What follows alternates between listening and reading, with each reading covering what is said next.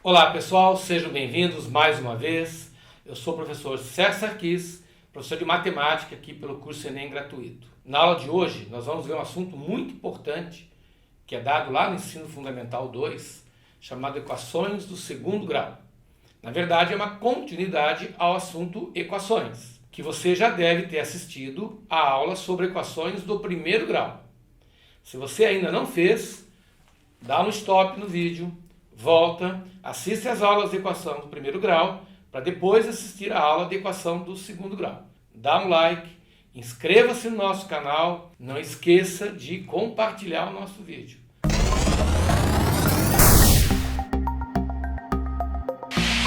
A equação do segundo grau tem como modelo a expressão ax² mais bx mais c igual a zero. As letrinhas A, B e C que formam esse modelo são chamados de coeficientes. E esses coeficientes podem ser qualquer número real. Quando eu falo em número real, eu estou falando em números positivos, negativos, inteiros e fracionários. Ora, o único coeficiente dos três que não pode ser zero é o coeficiente A. Porque se o A for igual a zero, a equação do segundo grau desaparece. E ela passa a ser uma equação de primeiro grau.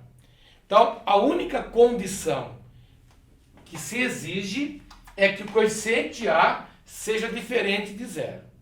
Os demais coeficientes B e C podem sim ser iguais a zero. Ok? Muito bem. Resolver uma equação do segundo grau significa achar as suas raízes. Então você observa que eu pronunciei a palavra no plural. Por que raízes? Porque a equação do segundo grau terá sempre duas raízes, que nós frequentemente representamos por x1, x2. Para você que já estudou as equações do primeiro grau, por ser o primeiro grau, você encontrava uma única raiz. Quando eu falo em equação do segundo grau, eu vou encontrar sempre duas raízes. E uma das técnicas para você encontrar essas raízes é a aplicação dessa fórmula. Então, essa fórmula matemática permite que você faça o cálculo do valor dessas duas raízes. Fórmula essa que é conhecida entre vocês como sendo fórmula de Bhaskara. Muito bem. Na fórmula, existe um valor aqui dentro da raiz que é chamado de discriminante, simbolizado por essa letra grega do alfabeto, delta. Então, essa letrinha do alfabeto grego é o delta, ela simboliza uma expressão chamada discriminante. Então, se algum problema falar em discriminante da equação, ele está se referindo ao valor do delta, cujo valor é calculado como sendo b² menos 4ac. De onde é que eu tiro A, B e C? Lá dos coeficientes da equação. Muito bem.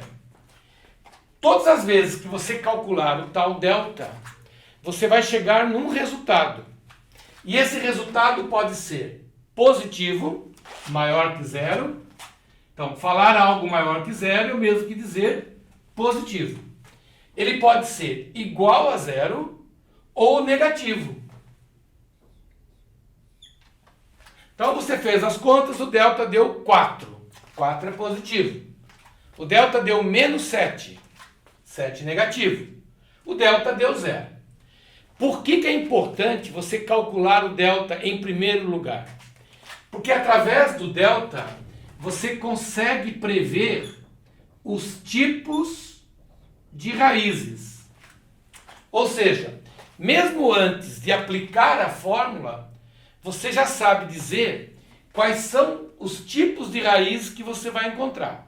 Por exemplo, todas as vezes que o delta der positivo, você vai ter duas raízes diferentes uma da outra, que nós dizemos ser raízes reais desiguais, reais diferentes. Quando o delta for igual a zero, as duas raízes terão o mesmo valor. A primeira será igual à segunda.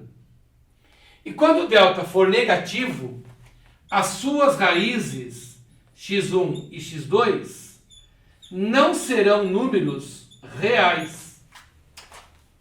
Nós dizemos que essas raízes são raízes complexas, raízes imaginárias. No ensino fundamental, quando você chegava nessa situação, você partia direto para a resposta. Você dizia que o conjunto de solução era vazio. Vazio no campo dos reais. Perfeito? Então, vamos citar um exemplo matemático de como que se aplica essa fórmula na resolução de equações de segundo grau. Então, vamos pegar uma equaçãozinha aqui bem básica, bem tranquila, para a gente resolver. X² menos 5x mais 6 igual a zero. A primeira coisa que eu faço é identificar quanto vale cada um dos coeficientes. Então, o A é 1, não está escrito, mas aqui subentende ser 1. O B é menos 5 e o coeficiente C é 6. Detalhe importante, essa equação, pelo fato de ter os 3 coeficientes, ela é considerada uma equação completa. Quando faltar o coeficiente B ou o coeficiente C, você está diante de uma equação incompleta, que também é resolvida pela fórmula. Perfeito? Muito bem. Primeiro passo que eu tomo é no sentido de calcular o delta. Por que é importante eu fazer o cálculo do delta?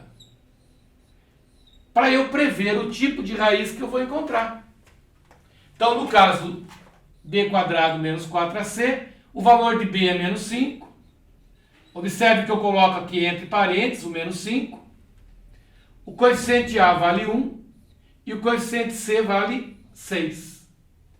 Portanto, fazendo a conta, eu vou ter aqui 25 menos 24.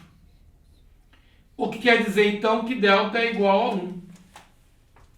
Isso já quer dizer o seguinte: eu vou continuar resolvendo a equação pela fórmula e eu terei que encontrar duas respostas diferentes.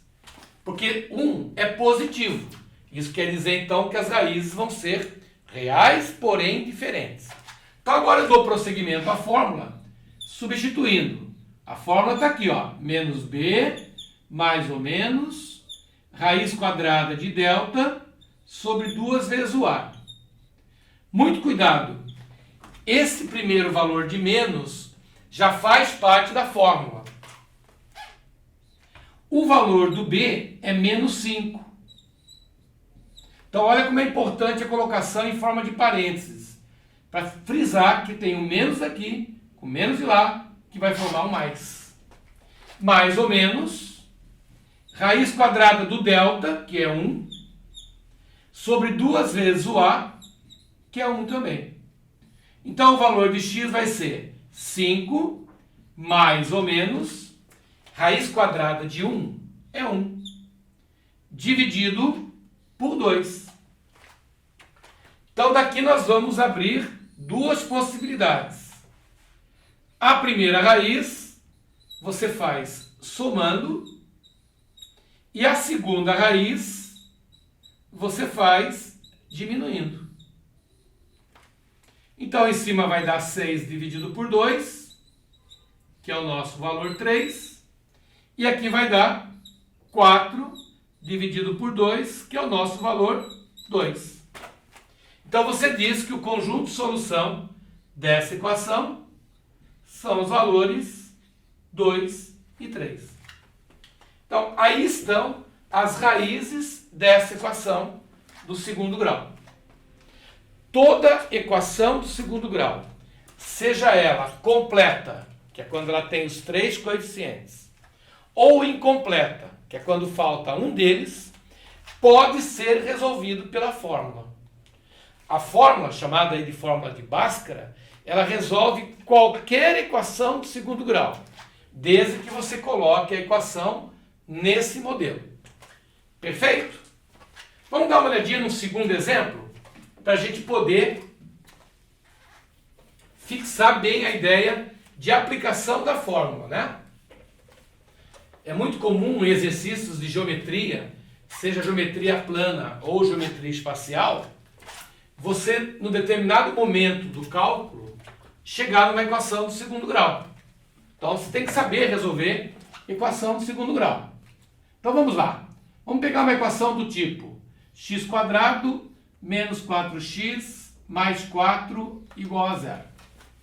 Então, vamos dar uma acelerada agora, né? Vamos lá. O coeficiente A vale 1, o coeficiente B vale menos 4 e o coeficiente C vale mais 4. Então, a primeira providência que eu tomo é no sentido de calcular o delta. Escrevo a fórmula. O B vale menos 4 ao quadrado. O A vale 1 e o C vale 4. Ora, senhores, menos 4 ao quadrado é 16. E 4 vezes 4 também é 16. Isso quer dizer, então, que o delta é zero. Ora, se o delta é zero, significa que, ao resolver a equação, eu vou encontrar duas raízes iguais. Então, agora eu continuo fazendo menos o B, que é menos 4, mais ou menos raiz quadrada de zero sobre 2 vezes o A, que é 1. Portanto, x vai dar 4 mais ou menos zero sobre 2. Que é a mesma coisa que 4 sobre 2, que é igual a 2.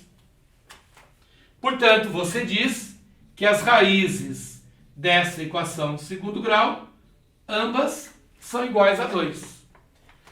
Muito cuidado agora.